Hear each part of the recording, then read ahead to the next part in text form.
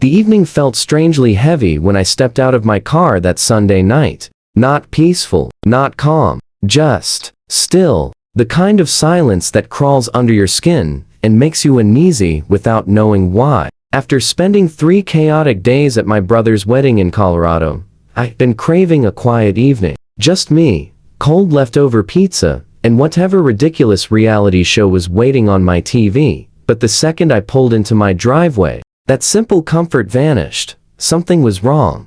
I narrowed my eyes at the front door, a sinking feeling already forming in my chest. The brass deadbolt I had installed myself 6 months earlier was missing. In its place sat a bright, cheap-looking silver lock that absolutely did not belong there, and taped across the center of my door was a laminated notice, rustling faintly in the breeze. It was secured with what looked like an entire roll of packing tape, as if whoever put it there wanted it to survive a hurricane. I pulled my keys from my pocket automatically, but before I even reached the steps, a cold chill slid down my spine. At the top of the page was an official-looking seal from the Willowbrook Homeowners Association. At first glance, it almost seemed legitimate, but the more I studied it, the more flaws I noticed. The font was slightly off. The lamination was uneven. The wording felt awkward. It was trying too hard to look official. In bold capital letters, it read, "Notice of Temporary Property Management." Below that, it stated that due to repeated violations of community standards, my property was now under the supervision of the Willowbrook Homeowners Association until compliance was achieved. I stared at the message, certain I had to be misreading it. Then I stepped forward and tried my key. It wouldn't go in. I tried again. Nothing. Locked. I was locked out of my own house. Out of the corner of my eye, I noticed movement behind the hedge dividing my yard from next door. Karen Whitfield stood there with her arms crossed, looking as smug as ever. She didn't say hello. She didn't speak at all. She just wore that tight, satisfied smile she'd been perfecting for the past year and a half. Let me explain how this ridiculous situation started. 2 years ago, when I bought this house, I chose it specifically because it sat just outside the authority of the Willowbrook HOA. The realtor personally showed me the property boundaries, and I even hired a land surveyor to double-check. My lot ended exactly 3 feet before the HOA line began. 3 feet of freedom. It meant I could enjoy the neighborhood without being controlled by their endless rulebook. Karen Whitfield, self-appointed queen. Officially, the HOA president lived right next door, directly inside the boundary. From the beginning, she made it obvious she disliked that I wasn't under her authority. Her side of the street was perfectly uniform and beige. Mine had character. I painted my house a bright sky blue, installed a mailbox shaped like a fish, and let my lawn grow to a rebellious 3 inches. She hated it. The passive-aggressive note started almost immediately. Friendly reminders about community expectations appeared in my mailbox, always addressed to "Dear Neighbor," as if she didn't know my name was Marcus. She photographed my work truck when it sat in my driveway, complained that my wind chimes disturbed the neighborhood's peace. Even my Halloween decorations offended her. I left them up through January just to watch her eye twitch. Things escalated when I planted a vegetable garden in my front yard. Within hours, she appeared, holding a thick binder of HOA regulations, and lectured me for 20 minutes about landscaping standards while I calmly watered my tomatoes. I reminded her I wasn't part of the HOA. She sniffed and said the rules applied to anyone who cared about property values. The next day, I added a scarecrow dressed in a Hawaiian shirt. Soon, fake violation letters began arriving. Official-looking documents accusing me of unapproved bird feeders and fence height issues. At first, I laughed and taped them to my garage wall like souvenirs. Then she started calling the city with false complaints. Code enforcement officers would arrive, inspect everything, and leave because nothing was actually wrong. She tried turning the neighbors against me, but most of them secretly enjoyed watching her frustration when I refused to bend. The week before my trip, she seemed especially unstable. I hosted a barbecue, and some smoke drifted toward her yard. She stormed over, accusing me of assault by smoke. I laughed. She didn't. Instead, she went quiet, and now realized that silence should have worried me. Now, I was standing in my own driveway, locked out of my own house, and suddenly nothing about this was funny anymore. I called the real Willowbrook HOA. Tom Chen, the actual acting president, answered. I explained the entire situation, from the fake notice to the changed locks. There was a long silence on the line. Mr. Rodriguez, he said carefully, your property is not part of our association. We have absolutely no authority over it, and we did not approve any lock replacement. Then he added something that made my stomach drop even further. And Karen Whitfield hasn't been president for 6 months. She was voted out after the situation involving the Petersons' garden gnomes.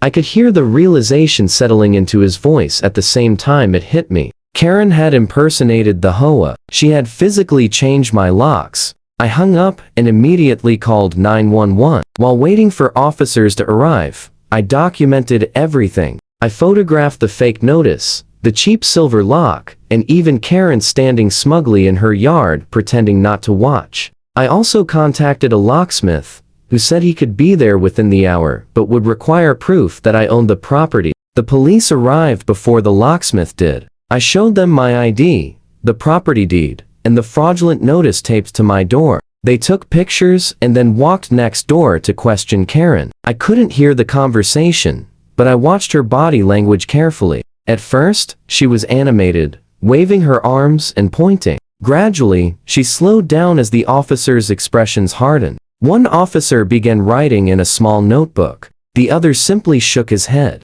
The locksmith pulled into the driveway while the discussion was still ongoing. After confirming my ownership documents, he examined the lock and snorted. Cheap hardware store brand, he muttered, and it's installed wrong. 20 minutes later, the door swung open, and I stepped back inside my home. That's when the situation escalated from disturbing to horrifying. Every room was covered in fake violation notices. Bright orange stickers plastered the walls, furniture, cabinets, and even my refrigerator. Each one cited absurd infractions, interior paint color violations, unauthorized curtain shades, improper furniture alignment. Karen had been inside my house. She had handled my belongings, taken photographs, printed them out, annotated each image with fabricated HOA violations. My hands were shaking with anger. The officers returned shortly after, this time escorting Karen with them. Her earlier smugness had vanished,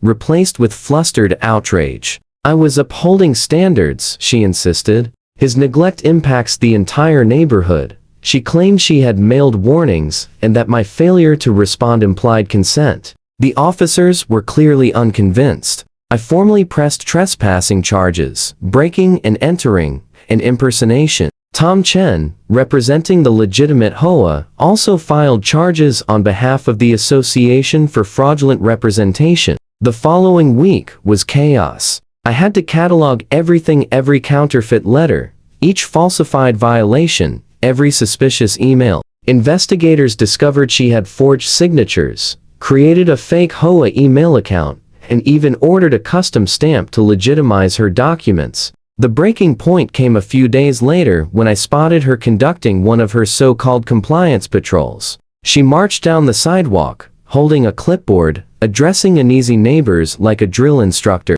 This time, I wasn't alone. 2 officers stood beside me as I approached her and handed over a restraining order. Karen Whitfield, one officer stated clearly, you are required to remain at least 100 feet away from Mr. Rodriguez and his property. Her clipboard slipped from her hands. This is ridiculous. I'm the HOA president, former president, Tom corrected as he stepped forward behind me, and currently facing criminal charges. That moment shattered whatever authority she believed she still had. Neighbors who had remained silent suddenly began speaking up. The Johnsons revealed she had threatened their daughter over sidewalk chalk drawings. Another family admitted she fined them for curtains that were the wrong shade of white. Even quiet Mr. Patterson shared that she pressured him into removing his late wife's memorial rose garden because the roses weren't approved. Her reputation collapsed almost overnight.